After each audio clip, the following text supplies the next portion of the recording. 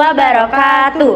Kami dari kelompok 4 kelas 12 IPS 1 akan memaparkan materi tentang jurnal khusus, buku besar, dan rekapitulasi. Baik, yang pertama kita masuk ke dalam materi jurnal khusus. Apa sih jurnal khusus? Jurnal khusus yaitu jurnal yang dirancang secara khusus untuk mencatat transaksi yang bersifat sama dan sering terjadi atau berulang-ulang, di mana jurnal memudahkan posting ke buku besar, sebagaimana jual beli barang dagang menjadi keseharian perusahaan dagang, dapat bekerja secara efektif dan efisien. Jurnal khusus atau special journal yang biasa digunakan dalam akuntansi perusahaan dagang terdiri dari 4 macam. Apa aja sih? Yang pertama ada jurnal khusus penjualan, yang kedua ada jurnal khusus pembelian, yang ketiga ada jurnal khusus penerimaan kas, dan yang keempat ada jurnal khusus pengeluaran kas. Di samping keempat jurnal khusus tersebut, perusahaan dagang tetap menggunakan jurnal umum untuk mencatat transaksi yang tidak dapat ditampung dalam jurnal khusus. Nah, apa sih dari jurnal khusus penjualan, pembelian, penerimaan kas, dan pengeluaran kas? Jurnal penjualan. Jurnal penjualan ialah pencatatan transaksi penjualan yang dilakukan secara kredit. Di highlight ya teman-teman bahwa dilakukan secara kredit. Artinya dia belum dilunasi dan pembayarannya itu dilakukan secara diangsur. Contohnya nih, pada tanggal 1 Juni dijual barang dagang seharga 4.500.000 kepada toko cempaka secara kredit. Nah, bisa kita lihat di kolom contoh bahwa pada tanggal 1 Juni piutangnya itu didebit seharga 4.500.000 dan penjualannya itu dikredit seharga 4.500.000. Dan yang kedua pada tanggal 12 Juni dijual barang 13 juta kepada Ari, baru bayar 8 juta, sisanya nanti. Berarti Ari masih punya utang dong. Nah, 13 juta dia beli dagangan, dia baru bayar 8 juta, berarti dia masih ngutang sisa 5 juta. Nah, bisa kita lihat di kolom bawah, 12 Juni piutang Ari itu debit 5 juta dan kredit penjualan 5 juta. Nah, contoh yang terakhir dari jurnal penjualan yaitu pada tanggal 23 Juni dijual barang pada Nyonya Erai sebesar 2.400.000 dengan syarat pembayaran 2/10 N40. Bisa kita lihat di contoh bahwa piutangnya 2.400.000 dan penjualannya 2.400.000 di kredit. Lanjut ke dalam jurnal pembelian. Apa sih jurnal pembelian? Jurnal pembelian adalah jurnal pencatatan transaksi pembelian yang dilakukan secara kredit. Lagi-lagi kredit. Dicatat ya bahwa jurnal pembelian dan jurnal penjualan itu dilakukan secara kredit. Contohnya, pada tanggal 3 Mei dibeli barang dagang 2.300.000 dari agen Brawijaya secara kredit. Nah, bisa kita lihat di kolom dari contoh. Pada tanggal 3 Mei, agen Brawijaya pembeliannya didebit 2.300.000, dikredit utang 2.300.000. Contoh yang kedua, pada tanggal 5 Mei dibeli alat print 1.200.000 dari toko Aji syarat EOM. For your information bahwa syarat EOM adalah syarat yang pembayarannya itu paling akhir itu di bulan yang terakhir. Yang pada tanggal 12 Mei dibeli maksudnya dibayar itu paling lambat akhir bulan. Itu syarat EOM. Bakalan nanti dijelasin di slide selanjutnya. Nah, pada tanggal 12 Mei dibeli barang seharga 13 juta dari Maya. Nah, Maya bayarnya 8 juta. Sisanya nanti. Berarti dia masih punya utang berapa? 5 juta. Nah, bisa kita lihat di kolom bahwa pada tanggal 3 Mei pembelian itu bertambah di debit dan utang itu dikredit 2.300.000. Pada tanggal 5 Mei, toko Aji dengan syarat pembayaran EOM syaratnya itu di akhir bulan. Nah, nama akunnya itu peralatan print, jumlahnya 1.200.000 dan di kredit itu utang seharga 1.200.000. Nah, pada tanggal 12 Mei, Maya pembeliannya itu 5 juta dan utang 5 juta. Kenapa sih 5 juta? Karena dia baru bayar 8 juta. Sisanya nanti. Lanjut ke dalam jurnal penerimaan kas, yaitu pencatatan transaksi yang menambah kas perusahaan. Nah, contohnya pada tanggal 1 Juni terjual barang dagang 3.750.000 kepada PT Suar secara tunai.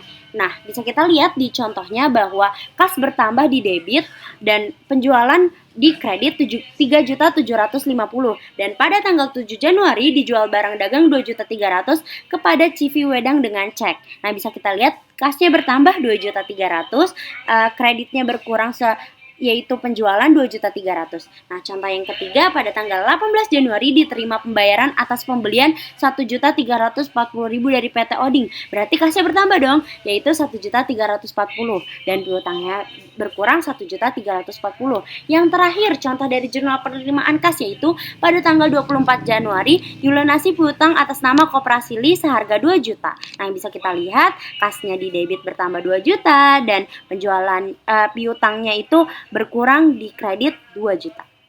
Totalnya yaitu 9.390.000.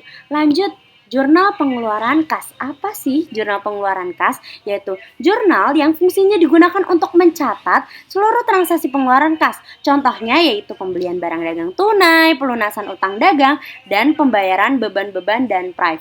Masuk nih ke contoh dari jurnal pengeluaran kas. Yang pertama ada 13 Oktober dibayar gaji karyawan sebesar 1.100.000 untuk bulan Oktober. Nah, kita masukin ke akun serba-serbi. Nama akunnya itu beban gaji dengan jumlah 1.100.000. Kan kita bayar gaji karyawan nih, berarti kas kita berkurang. Di kredit yaitu 1.100.000. Contoh yang kedua yaitu 17 Oktober terjadi pengembalian barang. Kalau kita dengar pengembalian berarti retur. Nah, yang dijual tunai sebesar 2.300.000.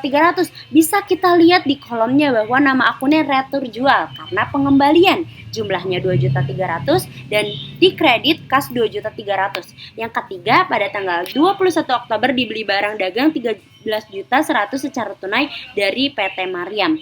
Nah, pembeliannya bertambah karena dibeli barang.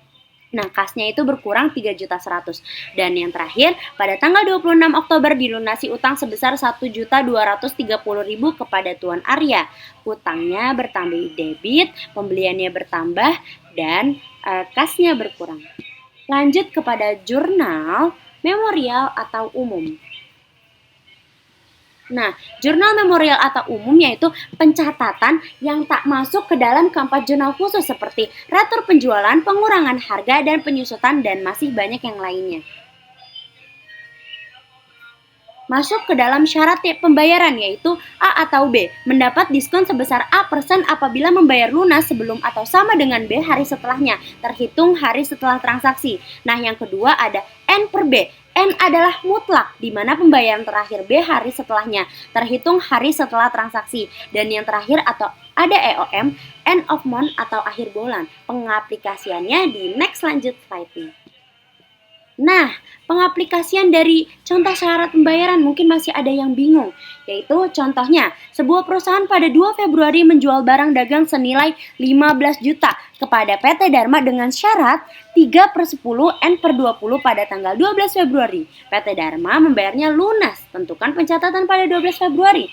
Nah, dia itu kan pada 2 Februari. Dengan 12 Februari, syarat pembayarannya itu 3% per 10 hari setelah dari dia menjual barang. Nah, 2 Februari ke 12 Februari jaraknya 10 hari. Berarti dia mendapat potongan penjualan seharga 3%. Kan 15 juta dikali 3% yaitu 450.000. Jadi potongan penjualannya itu 450.000. Bisa lihat di kolom contoh bahwa kasnya 14.550 karena udah dipotong dengan potongan penjualan 450 karena syarat pembayaran tadi dengan piutang yang berkurang 15 juta. Lanjut kepada syarat penyerahan, yaitu ada dua. Yang pertama, FOB Destination Point yang artinya penjual bertanggung jawab terhadap barang hingga sampai di gudang pembeli, seperti hilang atau rusak saat transit. Yang ketiga ada FOB Shipping Point yang artinya penjual sudah lepas tanggung jawab saat barang pergi meninggalkan gudang, membuat pembeli bertanggung jawab apabila ada masalah dalam pengiriman. Lanjut, apa sih perbedaan dari retur kredit dan tunai? Retur kredit baik beli maupun jual hanya mengurangi hutang sehingga masuk ke jurnal umum, sementara retur tunai berarti ada pengembalian uang atas barang, membuat kas perusahaan bertambah sehingga masuk ke jurnal penerimaan kas. Next. Nah, selanjutnya kita langsung bahas ke buku besar yang merupakan lanjutan dari jurnal-jurnal khusus yang sudah dijelaskan. Nah, seperti yang kita tahu bahwa buku besar itu ada dua, apalagi untuk perusahaan dagang. Yang pertama yaitu buku besar utama dan buku besar pembantu. Nah, apa sih maksud dari kedua buku besar itu? Yang pertama, buku besar utama. Buku besar utama merupakan kumpulan akun dalam suatu periode akuntansi tertentu. Misalnya kas, piutang usaha, beban, dan lain-lainnya yang terpisah dengan fungsi untuk mengikhtisarkan transaksi kepada perubahan aktiva, kewajiban, modal, pendapatan, bahkan beban suatu perusahaan. Nah, pencatatan-pencatatan yang dibagi per nama akun ini namanya posting, di mana posting adalah istilah bagi proses pemindahan catatan dari jurnal ke dalam buku besar.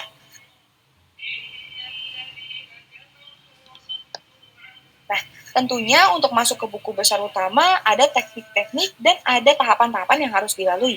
Yang pertama, dilakukan penutupan terhadap jurnal khusus dengan cara melakukan penjumlahan angka-angka yang ada pada setiap kolom akun. Seperti kita lihat tadi, di bawah tabel kas itu ada jumlah dari total akun kas tersebut, baik kredit maupun debit, yang dimana nantinya akan dimasukkan ke dalam buku besar utama. Yang kedua, setelah dijumlahkan, hasil yang didapat dipindahkan ke dalam buku besar sesuai dengan akun yang dipakai, baik itu di bagian sebelah debit maupun kredit. Nah, tentunya kita harus mengecek dengan hati-hati nih di setiap jurnal, karena ada beberapa jurnal yang memiliki nama akun yang sama, namun ketika dipasangkan mereka akan memenuhi dari sisi debit dan kredit masing-masing. Nah, yang ketiga, ada hasil penjualan yang kini dalam buku besar harus ditandai agar kita tidak lupa di mana kita melihat akun atau transaksi tersebut. Nah, yang tentunya diisi di kolom ref. Di jurnal khusus, kolom ref ini diisi dengan tanda checklist atau nomor akun. Sementara kolom ref di buku besar utama ditandai dengan nomor halaman jurnal di mana kita mereferensikan transaksi tersebut. Nah, sebagai contoh, di sini ada bentuk buku besar utama.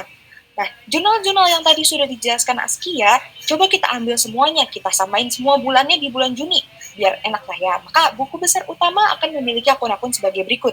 Yang pertama kita bisa lihat di sini ada kas, peralatan, piutang, penjualan, pembelian, dan lain sebagainya. Nah, kita bisa lihat nih contohnya di kas.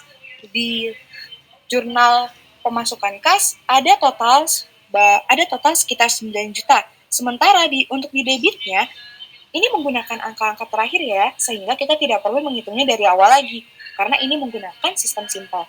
Yang dimana di bagian kreditnya ada dari jurnal pengeluaran kas yaitu sebesar 7 jutaan. Nah, angka ini kan tidak balance, sehingga harus kita cari nih saldo di antara keduanya berapa, yang nantinya akan ditambah ke sisi yang kurang untuk menyamakan angka di bawah. Nah, bisa dilihat di sini bahwa apabila dilakukan spasi 1 di angka keduanya sudah sama semua, yang dimana beberapa itu sudah sama dari awalnya. Namun ada beberapa yang memerlukan saldo.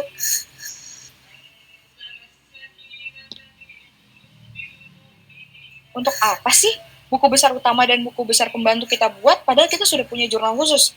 Nah, buku besar utama memiliki manfaat untuk melihat kondisi keuangan perusahaan secara menyeluruh, seperti melihat informasi saldo dan kas perusahaan dengan mudah. Nah, dengan begini perusahaan bisa tahu apakah dia untung atau rugi dan bagaimana dia harus mencoba strategi untuk meneruskan perusahaannya. Nah, buku besar pembantu memiliki 3 fungsi utama. Yang pertama, mempermudah penyusunan laporan keuangan karena kemampuannya mengurangi kesalahan pada buku besar utama. Nyambung nih sama fungsi keduanya, yaitu dijadikan sebagai perbandingan atau pengujian atas buku besar utama dengan melihat saldonya. Apabila saldo yang ada di buku besar pembantu untuk sebuah jurnal, maksudnya untuk sebuah akun, sama dengan buku besar utama, maka kita dapat melihat bahwa akun tersebut sudah sama dan tidak ada kesalahan dalam pencatatan. Nah, yang ketiga, buku besar pembantu juga dapat mempermudah akuntan untuk mengetahui jumlah masing-masing dari elemen-elemen akun.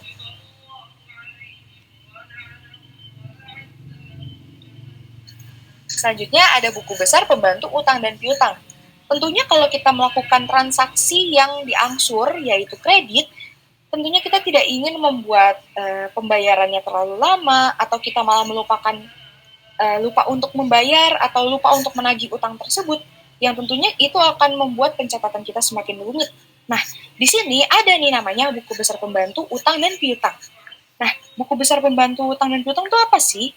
Nah, buku besar pembantu piutang berfungsi untuk melakukan perincian terhadap beberapa hal seperti kepada siapa kita melakukan buku besar piutang itu untuk dari siapa saja kita menerima piutang. Jadi siapa saja yang sudah melakukan piutang terhadap kita, yang dimana saldo-saldo yang ada di dalamnya adalah uang yang harusnya kita terima sebagai bayaran dari piutang tersebut.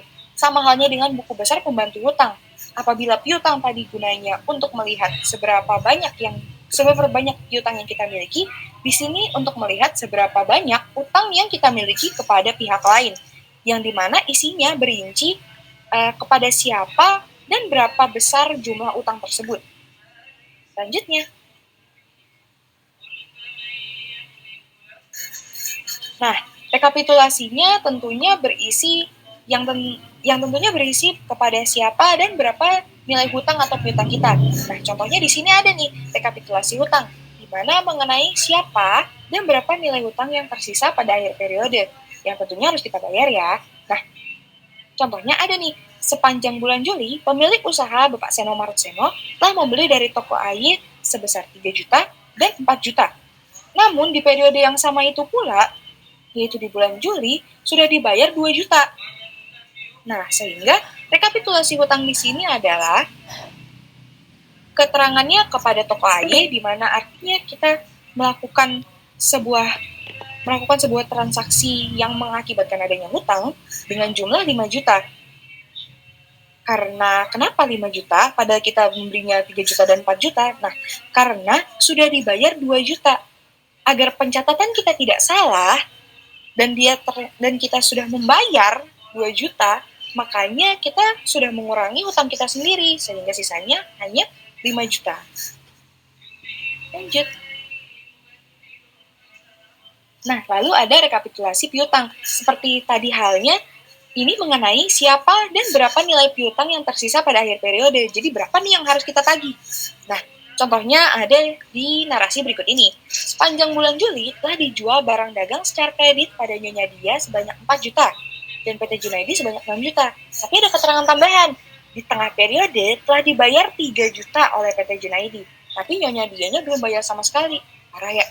Nah, rekapitulasi piutang ini akhirnya kita kumpulkan jadi satu, di mana kita bisa lihat bahwa Nyonya Dia yang belum membayar sama sekali, akhirnya tetap kita akan tagih di periode berikutnya sebesar 4 juta. Sementara PT Junaidi yang sudah membayar setengahnya, yaitu 3 juta, sudah kita kurangi nih piutangnya, sehingga tagihan kita kepada PT Junaidi hanya sebesar 3 juta. Nah, sehingga ketika ditotalkan, total piutang yang kita miliki adalah sebesar 7 juta.